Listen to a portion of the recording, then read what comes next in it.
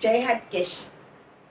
આપણી અંદર રહેલા ડરને લીધે આપણે કેવું ભોગવવું પડે છે એની એક વાર્તા દ્વારા આપણને વાત જણાવવા માંગુ છું કે એક ઉંદર હોય છે. આમ ડરમાં એકદમ સેમીને રહેતો હોય છે. ભગવાને જોયું કે આ ઉંદર કેમ એના દરમાં જ ભરાઈને રહે છે, બહાર કેમ નથી નીકળતો. એટલે ઉંદરને પૂછે છે કે ભાઈ તું બહાર કેમ નથી નીકળતો, કેમ આમ દરમાં છુપાઈને બેઠો રહે છે. ઉંદર કે મને બીક લાગે છે. કે કોની? તો કે આ બિલાડીની. અને બીજું આમ હું બહાર નીકળીશ તો બધા મને કેવું કહેશે કે જો આ દરડો કેવો છે, સાવ એકદમ ગંદો, એટલે હું બહાર નથી નીકળતો. ઓકે, ભગવાન કે સારું તથાસ્તુ. એટલે એને બિલાડી બનાવી દે છે. થોડા દિવસ પછી જોવે છે ભગવાન તો બિલાડી પાછી એક જ જગ્યાએ બેઠી છે, નથી બહાર નીકળતી કે ક્યાંય ફરતી નથી, કોઈનો શિકાર નથી કરતી.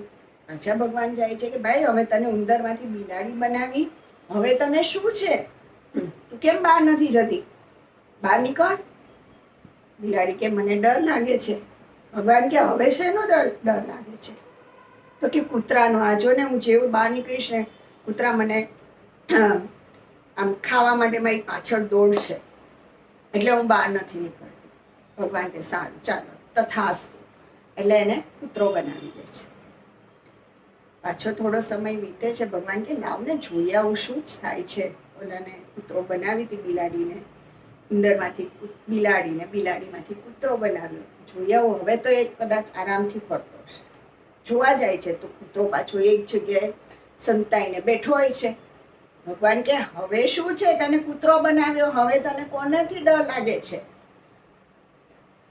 કૂતરો કહે આ માણસો છે ને એનાથી મને બહુ બીક લાગે છે. મને બહાર નીકળું ને મને મારે, પથરા મારે ને લાકડી મારે ને, એટલે હું બહાર નથી જતો ભગવાન.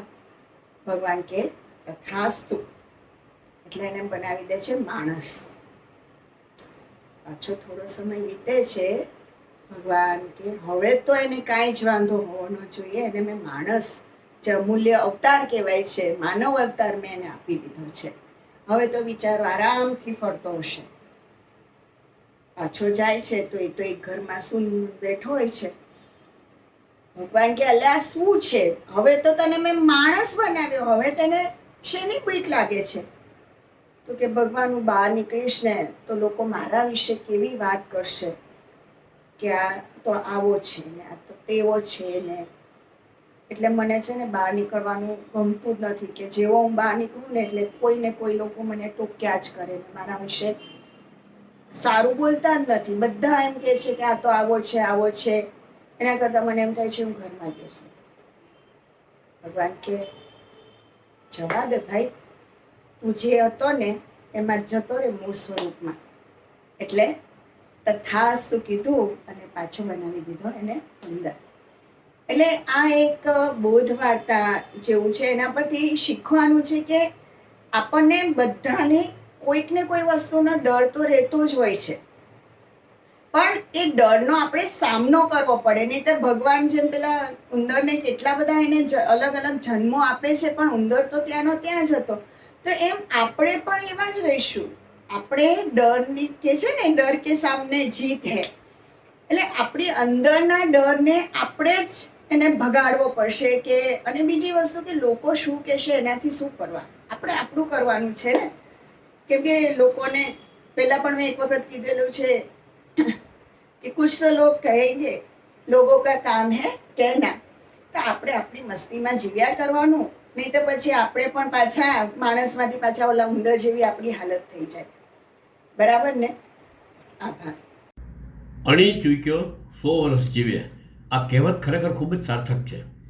માણસ જ્યારે એક કોઈ પણ એવા સંકટમાં ફસાયો હોય ત્યારે જો એ સમય ચૂકી જાય, એ પળ જો વીતી જાય તો પછી એ હંમેશા માટે બચી જતો હોય છે. પણ એના માટે કોઈક નિમિત્ત બનતું હોય છે. એ નિમિત્ત કોણ બને છે અને એ નિમિત્ત આપણે બની શકીએ કે કેમ, એવું વિચારતા કરે એવી એક નાનકડી વાર્તા. છેલ્લો ફોન. રાજેશ બપોરે 2:30 વાગે જમીને થોડોક આરામ ફરમાવતો પોતાના ઘરમાં સુવાની તૈયારી કરી રહ્યો હતો. ત્યાં અચાનક એને એક ફોન આવ્યો. એના ખાસ મિત્ર મિતેશનો.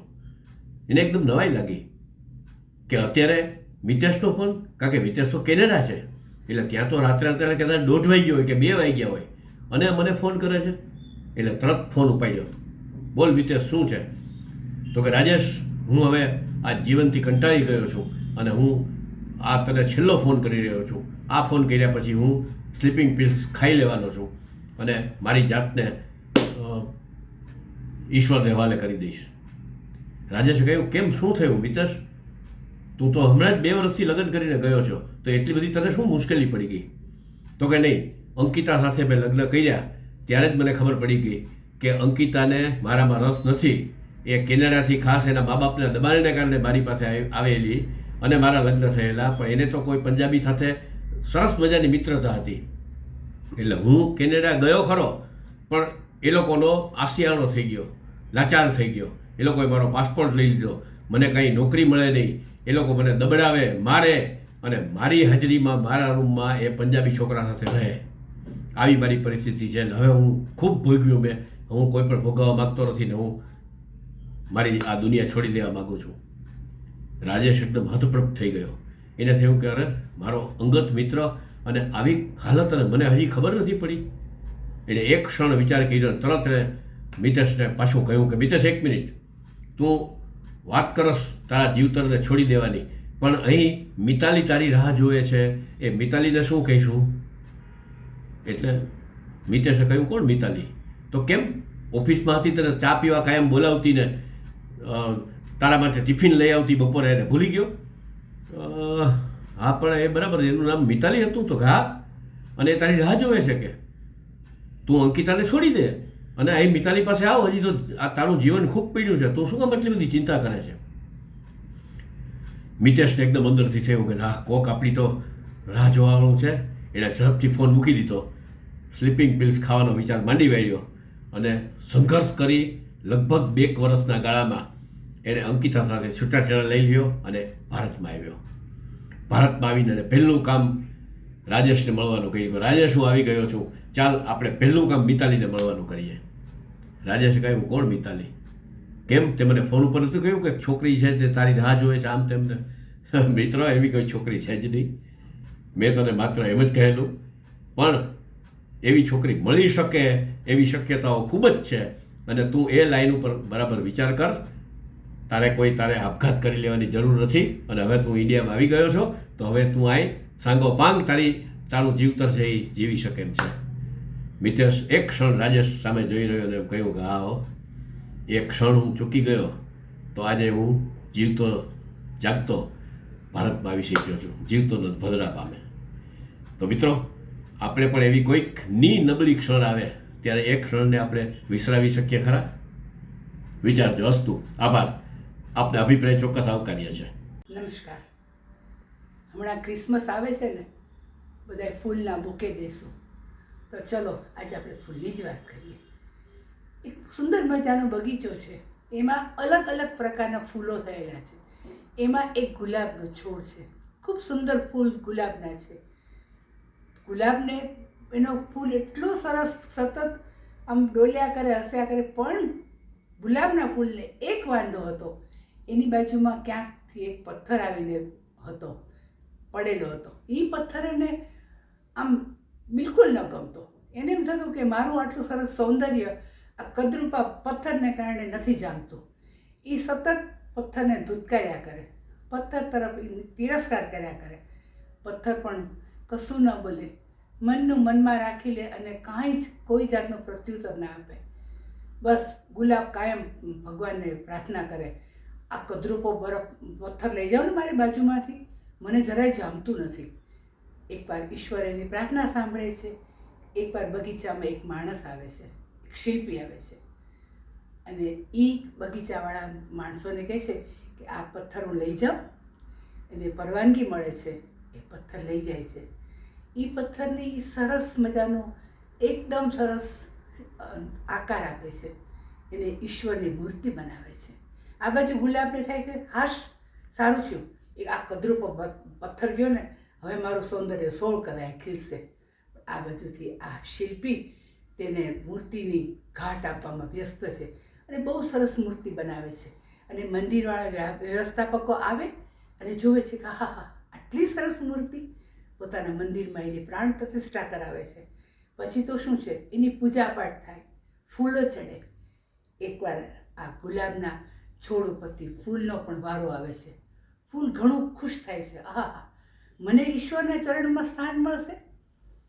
એ ગર્વથી જાય છે અને ઈશ્વરના ચરણમાં જાય છે અને ઈશ્વરનો આભાર માને છે, મને તારા ચરણમાં તે મને સ્થાન આપ્યું. ત્યારે પેલા પથ્થરમાંથી અવાજ આવે છે, તે મને નહીં ઓળખ્યો?